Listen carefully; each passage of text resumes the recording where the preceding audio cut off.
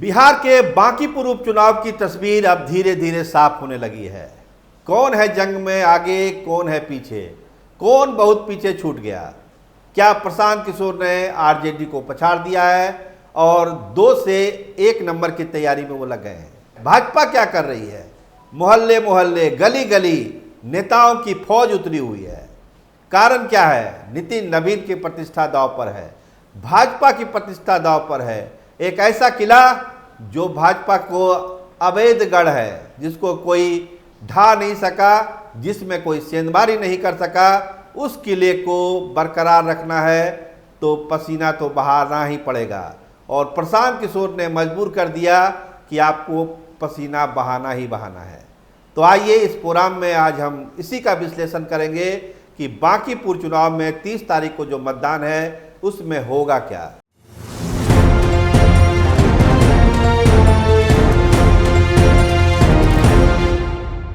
नमस्कार, आप देखना शुरू कर चुके हैं Y24।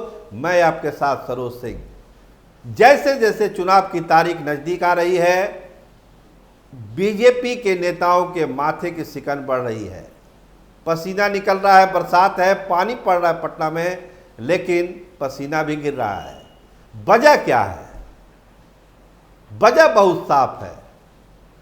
शुरुआती में जो लग रहा था कि कहीं ना कहीं प्रशांत किशोर के साथ जो लोग हैं वो बाहर के लोग हैं, एक प्रायोजित भीड़ है, तरह तरह की बातें जो प्रशांत किशोर के लिए की जाती है। लेकिन जैसे जैसे तारीख नज़दीक आ रही है, बांकीपुर के स्थानीय लोगों का जो झुकाव और जुड़ाव और उनके लिए जो जुनून बढ़ रहा है, वो परेशान कर रहा है भारतीय जनता पार्टी को। पिछले 10 दिनों में एक जो बड़ी बात हुई है वो यही है कि आरजेडी का जो स्पेस था बांकीपुर में, उस पर लगभग कब्जा हो गया है प्रशांत किशोर का। यानी कि जो रेखा गुप्ता कैंडिडेट है तेजस्वी यादव और लालू यादव की, वो काफ़ी पीछे जा चुकी है और जो दूसरे स्थान पर प्रशांत किशोर का कब्जा हो चुका है। और प्रशांत किशोर अब क्या कर रहे हैं, 2 नंबर से 1 नंबर की तरफ आने के लिए उन्होंने भी अपनी पूरी ताकत झोंक के रखी हुई है। पटना शहर के बांकीपुर इलाके में आप कहीं भी जाइए, आपको जन सुराज का बैनर, पोस्टर, कार्यकर्ता, स्लोगन, नारा आपको सुनाई पड़ेगा। भाजपा की भी तैयारी है, क्योंकि भाजपा का तो ये गढ़ ही है, संगठन के लिहाज से बेमिसाल है, अद्भुत है। लेकिन जो सामने जो योद्धा खड़ा है प्रशांत किशोर, वो इतना वजन लेके आ रहा है कि उसमें भाजपा का भी जो सिंहासन डोलता हुआ नजर आ रहा है। और यहीं से शुरू होती है बिहार में बदलाव की कहानी, बिहार के सियासत में बदलाव की कहानी, जिस पर सारे लोगों की नज़र है, चाहे वो उत्तर प्रदेश के लोग हों, दिल्ली के लोग हों या पूरे देश भर के लोग हों। पूरे देश की नज़र इस समय बांकीपुर बाई इलेक्शन पर लगी हुई है। अमूमन बाई इलेक्शन को लोग सीरियसली लेते नहीं हैं, लेकिन बांकीपुर एक ऐसा चुनाव है, उपचुनाव, जिस पर पूरे देश की नज़र है, बिहार के नेताओं की तो नज़र है ही है। तो होगा क्या 30 तारीख को, इस पर तमाम तरह की राय है और वो राय अब धीरे धीरे मजबूत हो रही है। एक राय तो बिल्कुल साफ है कि 2 नंबर पर अब प्रशांत किशोर पहुंच चुके हैं। जो पहले तीसरे नंबर पर थे, वो 2 नंबर पर अब उनका कब्जा है। आरजेडी काफ़ी पीछे है। अब 2 से 1 का तक का सफ़र जो है वो आने वाले 10 दिनों में, क्योंकि 30 को मतदान है, तो आने वाले 10 दिनों में इसकी जंग बांकीपुर में शुरू होने वाली है।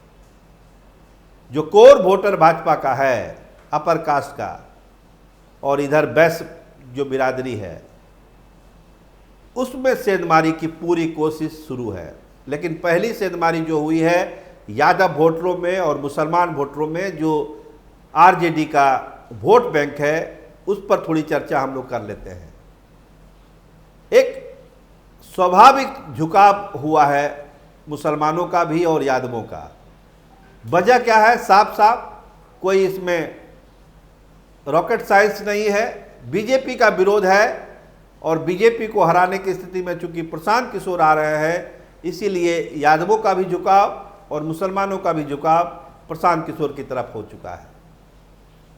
एक बड़ा वोट बैंक 46,000 वोट आया था रेखा गुप्ता को 2025 के चुनाव में, तो वो वोट धीरे धीरे नहीं, अब काफ़ी तेज़ी से शिफ्ट हो रहा है प्रशांत किशोर की तरफ।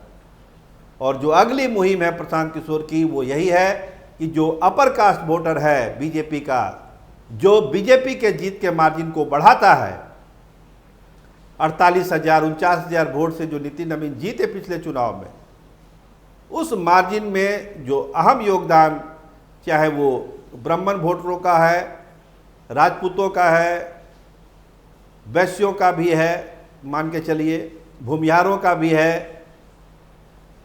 अगर अपर कास्ट की बात करें, जो 3 जातियां हैं, राजपूत, ब्राह्मण और भूमिहार, ये टूटने शुरू हुए हैं। और सबसे बड़ी बात जो भाजपा को ज़्यादा परेशान कर रही है वो है कास्ट वोटों में सेंधमारी। क्योंकि जो मूल वोट है, जो कास्टों की सीट कही जाती है बांकीपुर, उस कास्ट वोटरों में भी प्रशांत किशोर ने सेंधमारी की है। अभी भले वो रफ्तार धीमी है, लेकिन जैसे जैसे ये चुनाव का तारीख जो है सामने आएगा, वो मार्जिन आपको बढ़ता हुआ दिखेगा। यानी जो अपर कास्ट वोटर है उसका भी झुकाव, एक स्वाभाविक झुकाव हुआ है। अलग अलग कारण है उसके अपर कास्ट के टूटने का, राजपूतों की उपेक्षा हो, भूमिहारों की उपेक्षा हो, भरत तिवारी वाला कांड हो, ब्राह्मणों में अलग से गुस्सा है।